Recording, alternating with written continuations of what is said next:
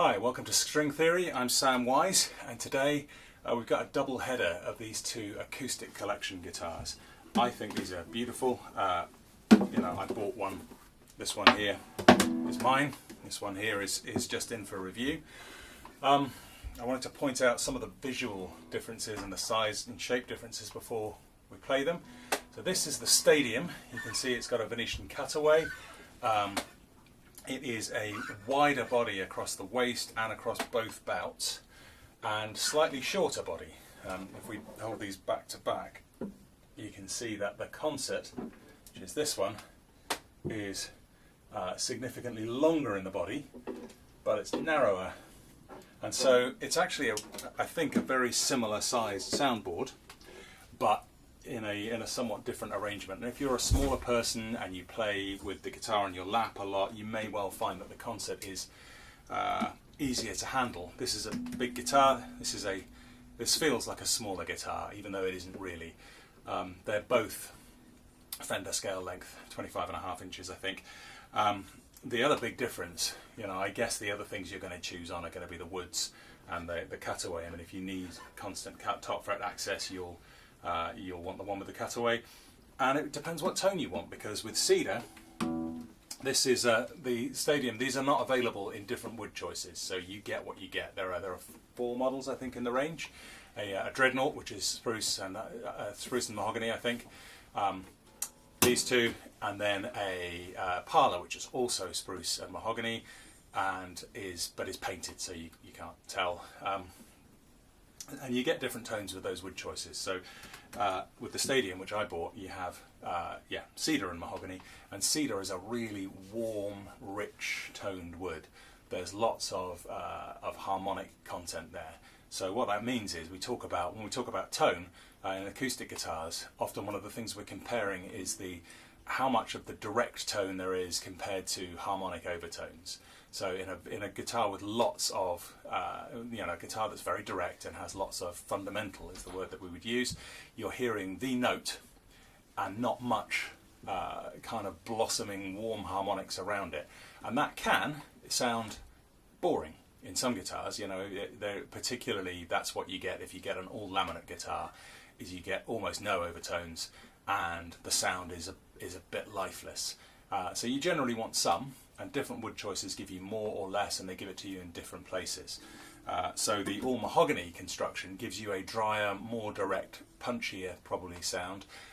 To me, I hear the mid-tones as quite rich and chocolatey. I'm still hearing plenty of overtone there, but it takes up less space in the mix. And if you're thinking about how guitars work with each other, David Rawlings was the person I learned about this from. He was talking about why he used his little Epiphone archtop, and that was because for him it's it doesn't sound incredible on its own, but it has a tone that fits in well with the guitars that Gillian Welch plays. So she's playing big Dreadnought guitars, and he wanted something focused in the mid-range so that he would cut through and sound good, and because when the guitars are kind of on top of each other, it sounds messy.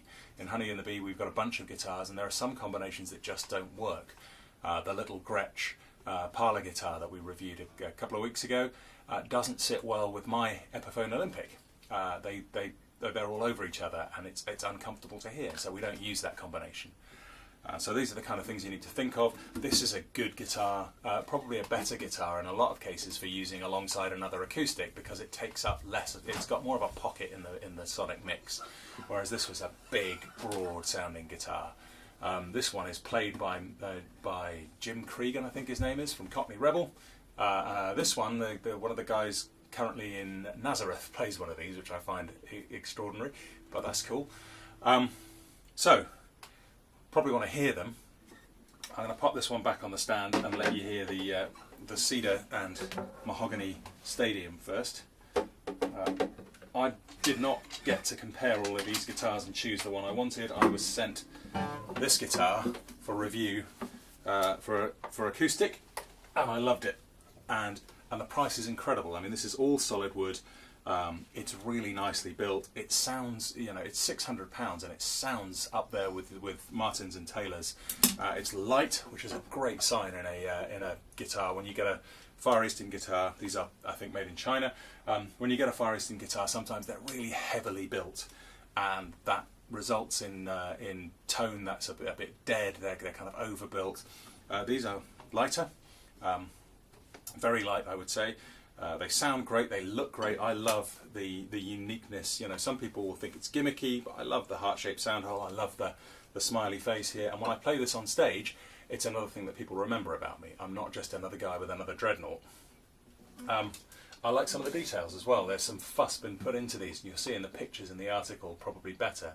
But there's a diamond-shaped kind of volute behind here, which probably strengthens the joint. I don't know. It doesn't get in the way, and it looks cool. I like that. So if we give this a bit of a strum, it's really warm.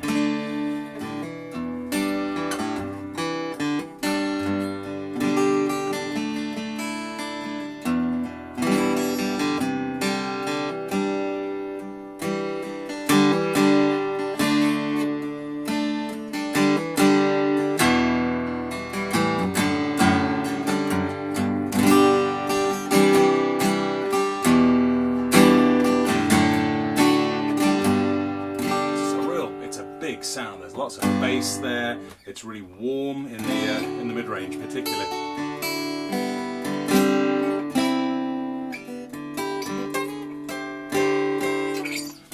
It sounds great for fingerstyle.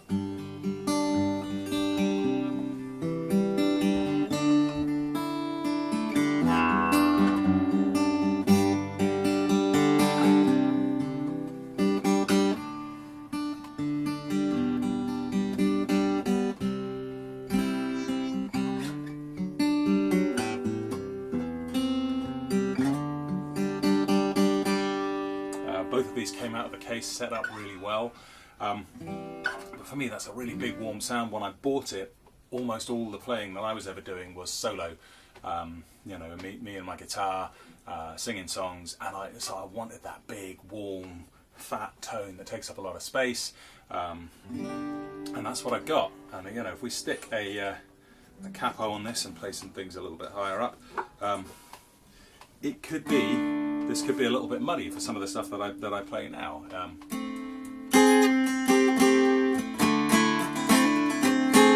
Apparently I can't play this morning.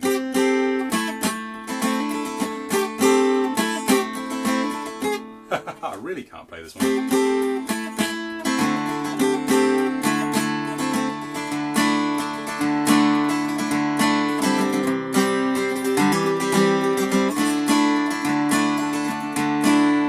On stage, I really only play this when Claire isn't playing a guitar, or when when somebody's on bass. You know, when it's just one, because otherwise it can get a bit messy.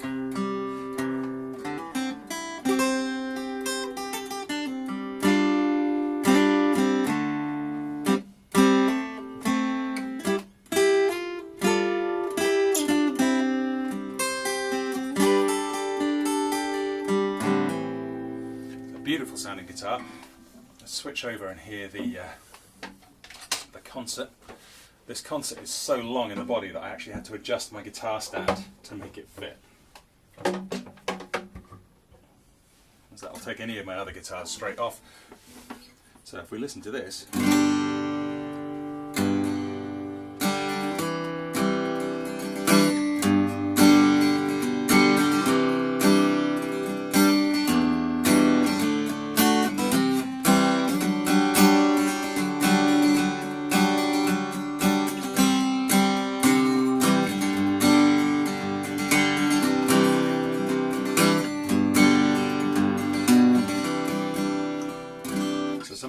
It's a simpler tone. I like the way that the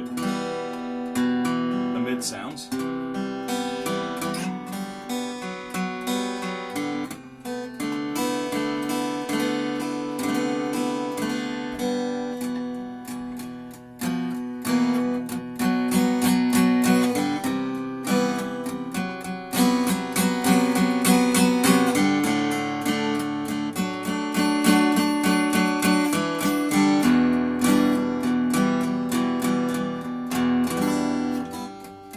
But there is not the depth and the, you know, it's the if we just play a note, you know, it's pretty direct. It's quite a warm, it's quite a thick tone, but there isn't as much harmonic decay going on there. You know, the note's not really blossoming in quite the same way, and sometimes that's exactly what you want. Played this alongside some of the smaller guitars that I use for lead. I've got a couple of arch tops and the little Gretsch that we reviewed, and they sound great together because this is in the right spot in the mix. If I play fingerstyle, particularly if it's in tune,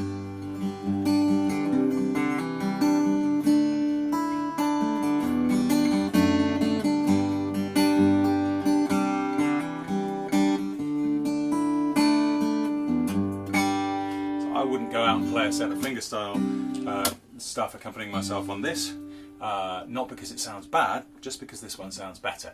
And I'm looking for that, you know, that warmth and that richness if I'm playing in that kind of vein. If I was more of a strummer, yeah, this would make a good kind of solo accompaniment guitar. But still never going to be as warm as this. And the top end doesn't have as much brightness as spruce either. So a spruce topped guitar will have a brighter and sparkling kind of top end. And that's not to say that this is dull sounding. You know, both of these guitars sound great on the top. It's just about getting the tone that you exactly want.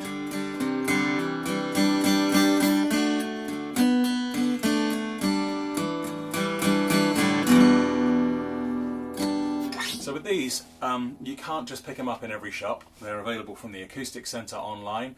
And the Acoustic Centre, they used to have a big shop in central London. They don't have that anymore. The combination of online retailing and property prices in London kind of made that less practical for them.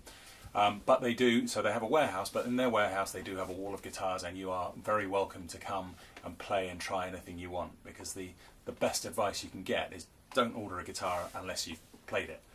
You know, it's risky enough. There is a certain amount of risk if you've tried a guitar in a shop ordering the same model, because guitars vary one to another. Wood is a natural material, setup makes a difference, there's all kinds of things. If you've never touched a guitar in your life, there is a risk that when you order one, even with the best of intentions from reviewers like me, that you'll end up with something that's not exactly what you want. Sometimes there's no way of avoiding it. In this case there is a way of avoiding it. You can go to the Acoustic Centre, you can try this. They have other very interesting guitars. They have Velet's Avanti range. There's like a tiny 12 string with that's tuned from recollection B to B instead of E to E. That's as cool as you like. So yeah, I would recommend these. I would say give them a try, but go to the Acoustic Centre and try them out.